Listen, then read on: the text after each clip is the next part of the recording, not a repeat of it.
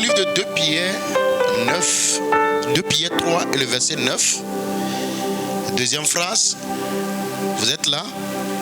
La Bible déclare et dit, deuxième phrase dit, Dieu ne voulant pas qu'aucun périsse, mais voulant que tous arrivent à la repentance. Jean 3 verset 16, un verset que nous aimons tous. Il dit, car Dieu a tant aimé le monde, et il a donné son Fils unique, afin que quiconque croit en lui ne périsse point. Vous comprenez? Ce mot quiconque, ça veut dire qu'il n'y a pas de distinction entre les hommes. Tout le monde peut venir et ils seront tous sauvés. Tout le monde peut venir et ils seront tous sauvés. 1 Timothée 2 verset 4. 1 Timothée 2 et le verset 4. Dieu ne veut pas qu'aucun périsse, mais il veut que tous les hommes soient sauvés et parviennent à la connaissance de la vérité. À la connaissance de la vérité.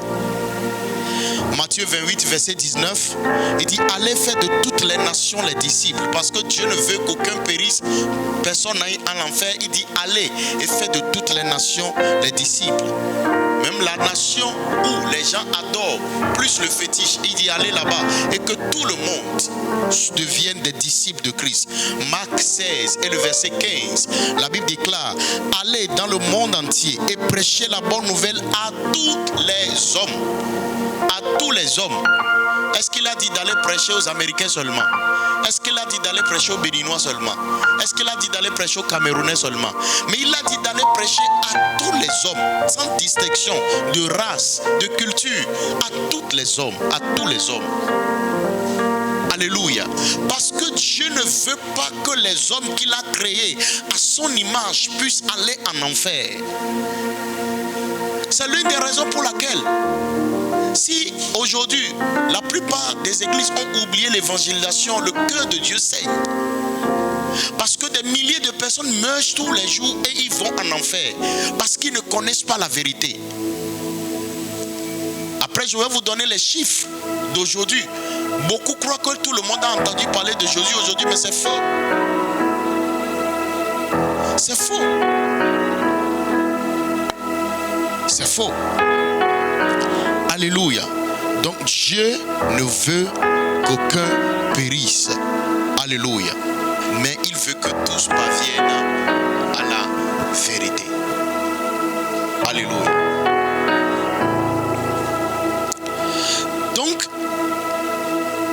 pour être un bon évangéliste, pour être quelqu'un qui est motivé par l'évangélisation, si tu ne comprends pas les désirs de Dieu, tu vas croire que l'œuvre de l'évangélisation, c'est l'église qui te force à le faire, ou bien c'est juste une formalité religieuse, chrétienne, que tu es en train de faire.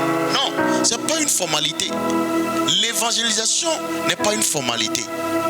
Celui qui fait l'évangélisation est en train d'accomplir le désir de Dieu, et est en train de toucher le cœur de Dieu. Alléluia. Pourquoi nous faisons l'œuvre de l'évangélisation? La septième des choses maintenant. Est-ce que vous suivez? La septième des choses. Parce que Dieu aime le monde. Toi, tu peux détester le monde. Ça, c'est ton affaire. Mais sache que Dieu, lui, il aime quoi? Il aime le monde. Jean 3, verset 16. La Bible déclare quoi? Car Dieu a tant aimé le monde. Est-ce qu'il a dit car Dieu a tant aimé l'église? Est-ce qu'il a dit quand Dieu a tant aimé les anges? Est-ce qu'il a dit que quand Dieu a tant aimé les chrétiens? Mais il dit quand Dieu a tant aimé le monde. Le monde là, ce sont les hommes qui sont là-bas, qui sont engloutis dans le péché, que le péché a englouti. Ce sont des gens qui vivent n'importe comment. C'est ceux-là qu'on appelle le monde. La Bible déclare l'amour de Dieu, c'est pour eux. Et c'est parce que Dieu a tant aimé le monde que toi et moi, aujourd'hui, nous sommes ici. Nous sommes sauvés. Parce que le livre de Romains 5, verset 8 nous dit clairement cela. Il dit, car Dieu prouve son amour envers nous. Et lorsque nous étions encore pécheurs, Christ est venu mourir pour nous. Il n'a pas dit que lorsque nous avons laissé le péché, que Christ est venu. Lorsque nous avons abandonné nos voies mauvaises, que Christ est venu. Mais lorsque nous étions encore dans le péché, c'est en ce moment que Christ est venu mourir pour nous. Que Christ est venu mourir pour nous. Dieu aime le monde. Alors, vous ne pouvez pas détester le monde. Quand on dit aimer le monde, on dit aimer les âmes qui sont dans le monde. C'est ce qu'on veut dire. N'aimez pas ce qu'ils font, mais aimez leur vie. Parce que la vie que tu vois en eux là, c'est la ressemblance de Dieu qui est comme ça. Maintes fois, la plupart de nous, ceux qui ont d'enfants, ou bien ceux qui ont des amis très proches,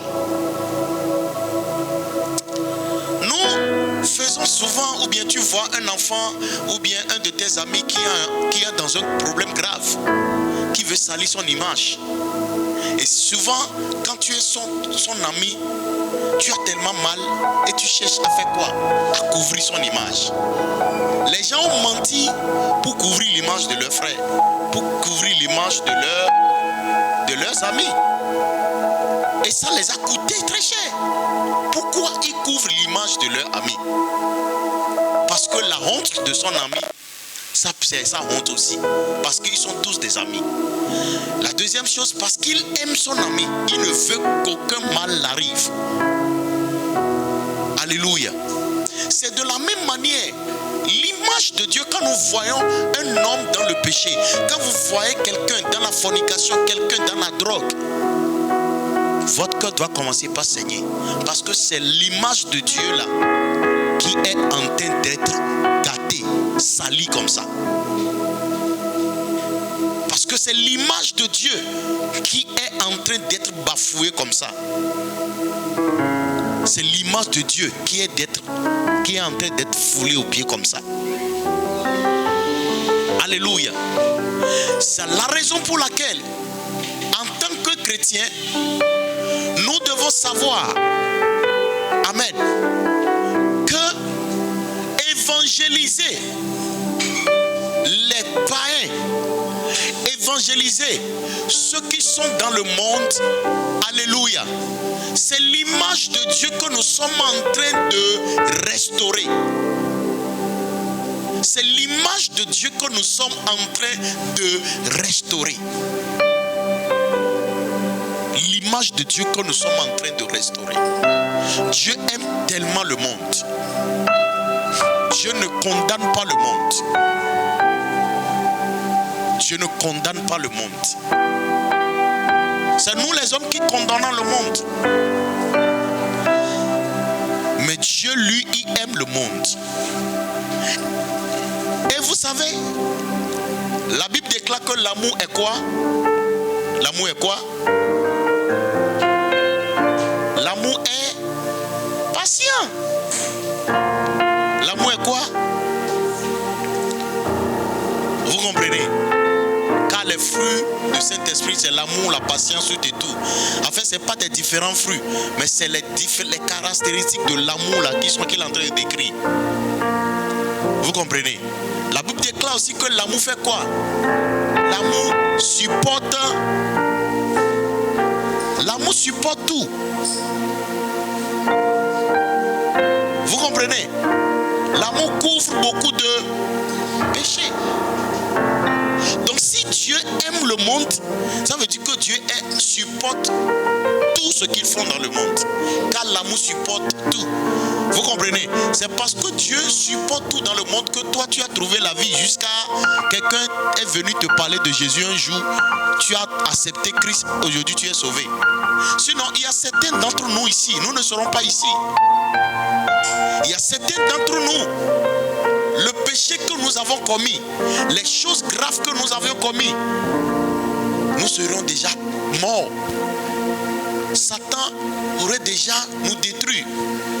Mais l'amour de Dieu là, qui est pour le monde nous a protégés jusqu'à ce que un jour nous sommes parvenus à la vérité. Donc quand Dieu aime le monde, il supporte le monde. Quand la Bible déclare l'amour supporte tout. La Bible déclare que l'amour est patient. Quand Dieu aime le monde, Dieu est patient envers ceux qui sont dans le monde. Les chrétiens, nous ne sommes pas patients envers eux. Quand vous évangélisez quelqu'un et la personne, vous l'invitez, des fois même on fait tellement mal l'évangélisation, c'est tout ça là nous allons voir dans cette école. Il faut comprendre beaucoup de choses. C'est quoi le message de l'évangélisation? Comment évangéliser? Il y a beaucoup de choses que nous allons voir. Les chrétiens évangélisent très mal. Et beaucoup prennent l'évangélisation comme inviter les gens à venir dans leur église. Pour beaucoup là, quand on dit évangélisation, c'est d'inviter les gens à venir dans leur programme de réveil à l'église. Eux, c'est l'évangélisation ça. Et quand ils invitent les gens, la personne n'est pas venue aujourd'hui. Demain, la personne n'est pas venue. Après demain, la personne est venue. Le chrétien est capable, comment on dit, il fait inimitié avec la personne. Il ne parle, il garde rancune contre la personne. Vous croyez que si Dieu gardait rancune contre nous, là, toi tu serais sauvé? Dieu est patient envers les païens. Il leur donne le temps. Vous comprenez? Nous prêchons l'évangile, mais nous sommes patients aussi. C'est pas parce qu'aujourd'hui ils ont refusé de suivre Christ que nous allons arrêter d'aller vers eux. Cette patience, c'est une persévérance que nous développons d'être toujours derrière eux afin que leur vie soit délivrée. Alléluia. Rapidement, nous récapitulons pour ceux qui viennent d'arriver. On a dit, pour la première des choses dans l'évangélisation, il faut connaître quoi et comprendre quoi?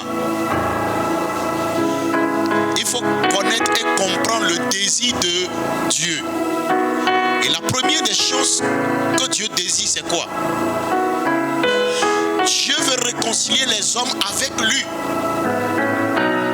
Dieu veut réconcilier les hommes avec lui. Ça, c'est la première des choses que tu dois savoir. Celui-là que tu vois, que la drogue est en train de tuer, Dieu veut réconcilier celui-là avec lui. Celui-là que tu es en train de voir, détruit par les trucs occultes qui est en train de mener de n'importe quelle vie. Dieu veut réconcilier celui-là avec lui. La deuxième des choses, qu'est-ce que Dieu désire? Dieu veut ramener les hommes au but pour lequel ils ont été créés. Pourquoi les hommes ont été créés?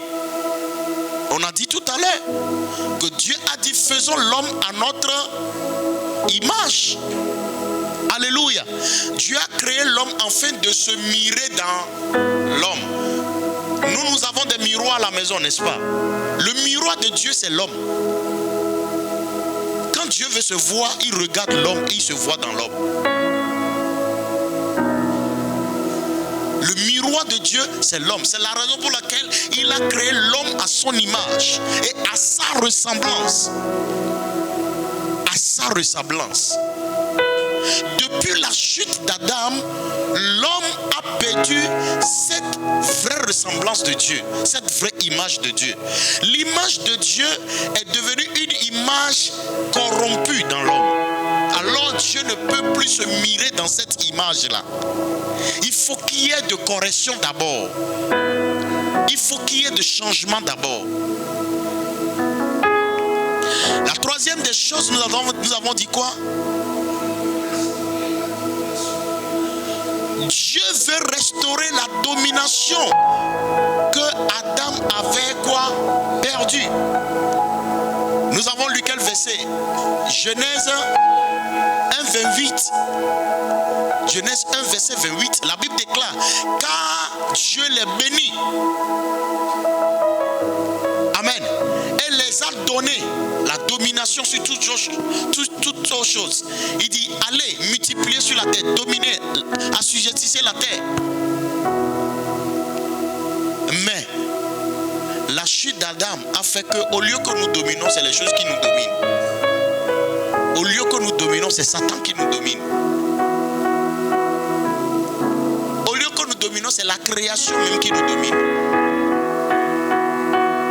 L'homme a perdu sa domination. C'est l'une des raisons pour laquelle Dieu veut restaurer les hommes. Dieu veut que les hommes soient sauvés afin qu'ils puissent reprendre leur domination. Amen. La quatrième des choses, c'est quoi? Dieu veut restaurer le mandat du leadership des hommes sur la terre. Nous avons dit que vous pouvez dominer et ne pas faire quoi? Diriger. Le leadership, c'est le sens de diriger quelque chose. Il y a beaucoup de chefs qui sont des dominateurs, mais ils ne sont pas des dirigeants. J'ai donné l'exemple de beaucoup de nos chefs. Il y a des chefs d'entreprise qui ne dirigent pas, mais ils dominent seulement. Dieu veut que non seulement les hommes dominent sur la terre, mais puissent diriger la terre. Diriger la création. Alléluia. La cinquième des choses, c'est quoi? Dieu veut que les hommes imposent son royaume sur la terre. Ésaïe 2 et le verset 2. La Bible déclare, dans la suite des temps, il arrivera dans la suite des temps, la maison de l'Éternel sera fondée sur les sommets des autres montagnes.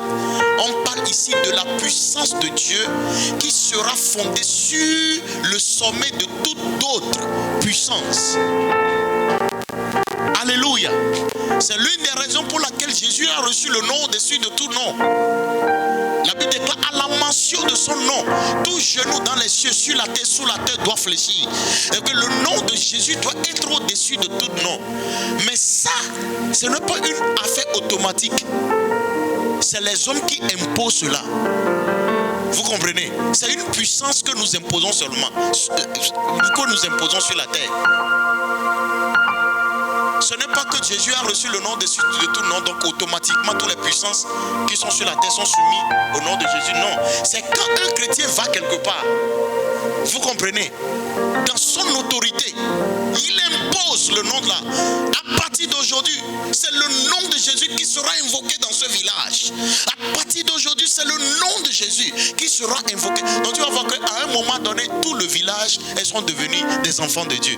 Il a converti tout le village. Les démons ont fui, les puissances démoniaques ont fui, les puissances ténébreuses ont déserté le lieu. Pourquoi? Parce qu'il a imposé le règne de Dieu là-bas. Il a imposé le royaume de Dieu. L'une des raisons pour laquelle Dieu veut que les hommes parviennent à la vérité, c'est ça. Parce qu'il veut mettre la capacité, cette domination, il veut restaurer dans la vie de tout le monde. Afin que nous puissions aller partout dans le monde. Et prendre en otage les villages pour Dieu. Transformer les villes. Changer les familles. Changer les vies. Vous voyez quelqu'un, Satan construit son royaume dans la vie de la personne. Mais depuis que la personne là vous rencontre, sa vie a changé en même temps. Les démons pris bagage, ils ont quitté la vie de la personne. Il a accepté Christ. Par la puissance, l'autorité de Christ qui est en toi, tu as chassé les démons qui sont derrière lui. Et le Saint-Esprit règne dans la vie de la personne, dans la vie de la personne maintenant. La sixième des choses, c'est quoi? Le désir de Dieu, c'est quoi?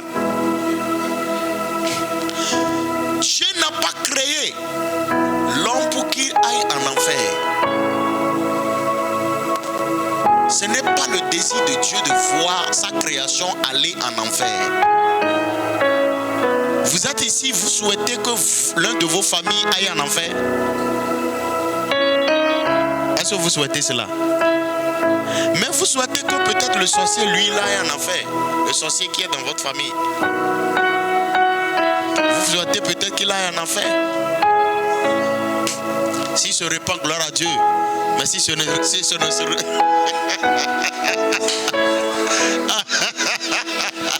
S'il ne se répand pas, fire.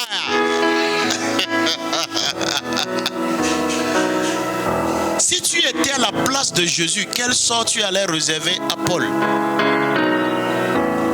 Paul qui était Saul de Tarse avant, qui persécutait l'église, qui tuait les gens. Si tu étais à la place de Jésus là, quel sort tu allais lui réserver? Vous comprenez? Si tu étais à la place de Jésus, tu allais l'éliminer. Simplement. Mais tu sais, Dieu voit là où les hommes ne peuvent pas voir. Il voit le zèle qui est. Frère, ce n'est pas facile d'être sorcier. C'est une tâche très difficile. Peut-être que vous n'avez jamais pensé à cela. C'est une tâche très compliquée. Pendant que tout le monde dort, toi tu sors. Tu comprends?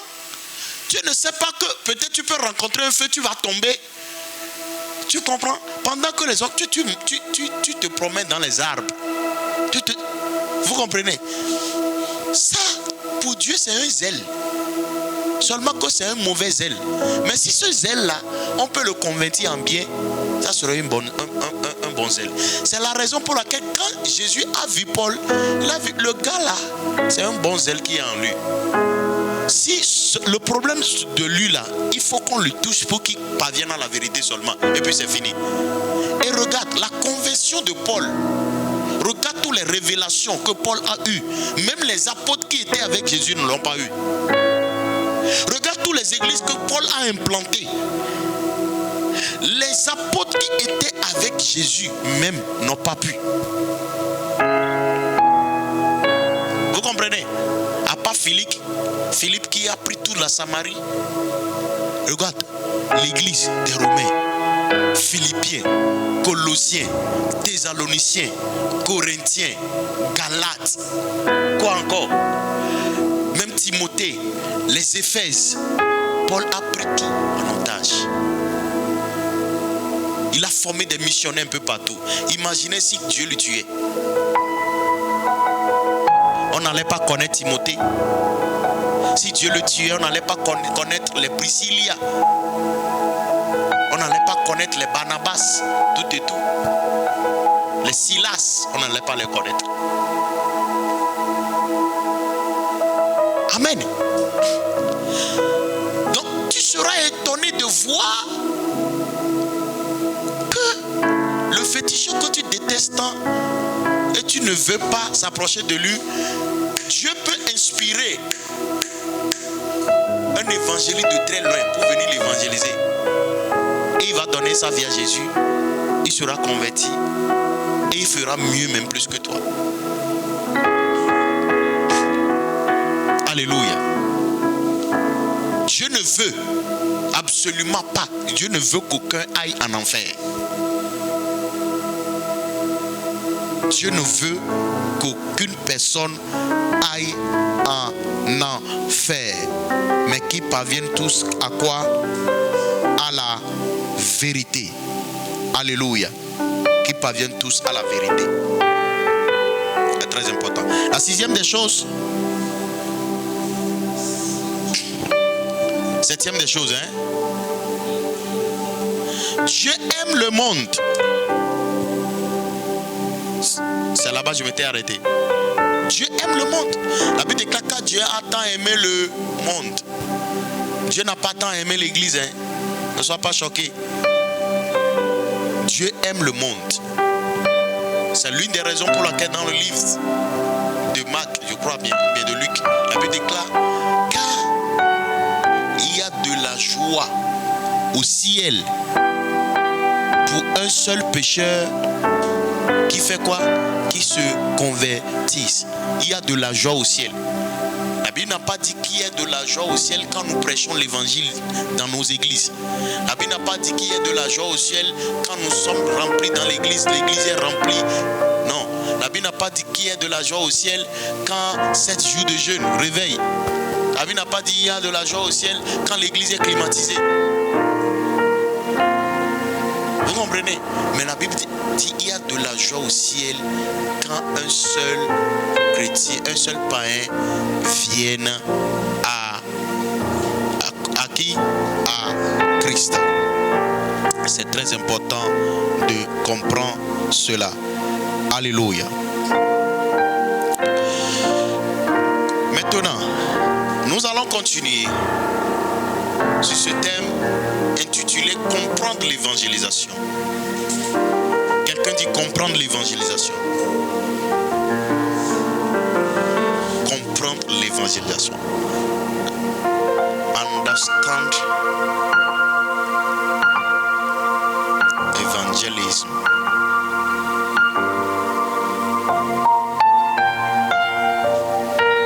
Comprendre l'évangélisation. La Bible déclare: quiconque croit en lui ne périsse point, mais ait la vie éternelle. Vous comprenez? Le moyen par laquelle, ou bien par lequel du moins, les gens peuvent venir à Christ, ou bien les gens viennent à Christ, s'appelle évangélisation. Tout moyen qui n'est pas contraire à la parole de Dieu, tout moyen qui ne transgresse pas la loi de Dieu, par lequel les gens peuvent accepter Christ, est appelé l'évangélisation. Si vous pouvez danser et les gens vont accepter Jésus, ça c'est la danse d'évangélisation. Si vous pouvez évangéliser et vous pouvez chanter et les gens vont accepter Jésus, c'est évangélisation. Si vous pouvez utiliser la couture pour que les gens viennent apprendre et de là ils acceptent Jésus, c'est un moyen d'évangélisation. Donc l'évangélisation n'est pas limitée à un seul moyen. Dans cette école, nous allons étudier beaucoup de moyens. Évangélisation porte à porte, les mini-croisades, évangélisation par le sport, évangélisation par la jeunesse, évangélisation par les réseaux sociaux. Il y a tellement de stratégies que nous allons voir ici qui sont très efficaces. Et quand tu vas dans une zone pour évangéliser, si ça là ne marche pas, l'autre peut marcher. Amen. Donc le moyen, amen, par lequel les gens acceptent Jésus s'appelle l'évangélisation. Amen. Maintenant, je voudrais que vous puissiez comprendre quelque chose.